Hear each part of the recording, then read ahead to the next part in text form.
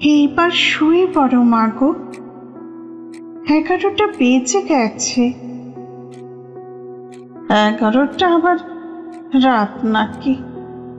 তুই শুয়ে পড়, তোর কাল কলেজ রয়েছে।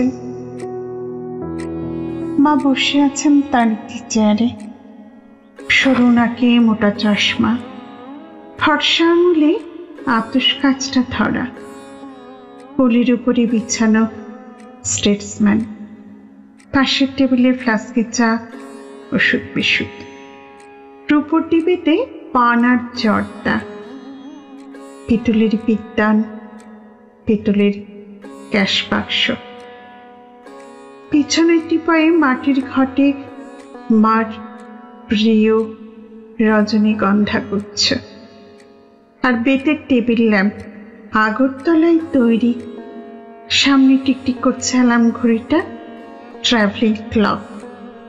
মা কাগজের পাতা উল্টালেন, প্রচন্ড খড়খড় শব্দে শব্দহীন রাত্রি টুকরো হলো।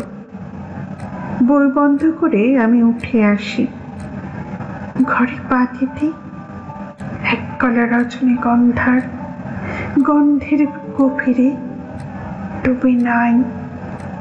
চেয়ারে বসে ঢুলছে নার্স মেয়েটি। মা গো, শুয়ে পড়ো এইবারে, রাত 1:30 বাজে।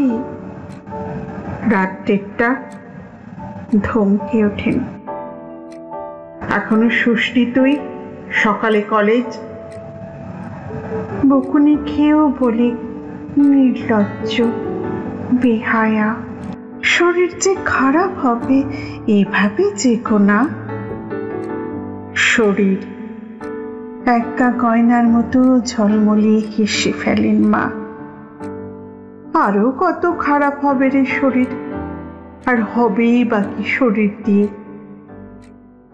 আরেকবার যেতেই হয়, নিজে শোয়ার আগে। 2:30 বাজলো। মা গো, ক্ষান্ত দাও, খাটে শোবে চলো। শোবো শোবো, একটুখানি বাকি। পড়া তো সহজ নেই ছানির দৌলতে। সামান্য অপ্রস্তুত হেসে ডুবে যান ছাপার হরপে। টেবিল ল্যাম্পের আলো আতশ কাচের উদ্ভাসিত মনোযোগে অ্যালার্ম ঘড়িটার টিক টিক মুছে যায়। ফিরে আস্তে আস্তে শুনি নার্স মেয়েকে বলছেন, না না বাচ্চা, নিভিয়ে দিও না আলো, বাতিটা জ্বলুক অমনি। আরো 1 পৃষ্ঠা বাকি আছে, আরো 1 পৃষ্ঠা বাকি, আরো 1 প্যারাগ্রাফ, আরো একটা বাক্য বাকি, আরো একটি শব্দ দাও নার্স মেয়ে, আরো একটি দিন।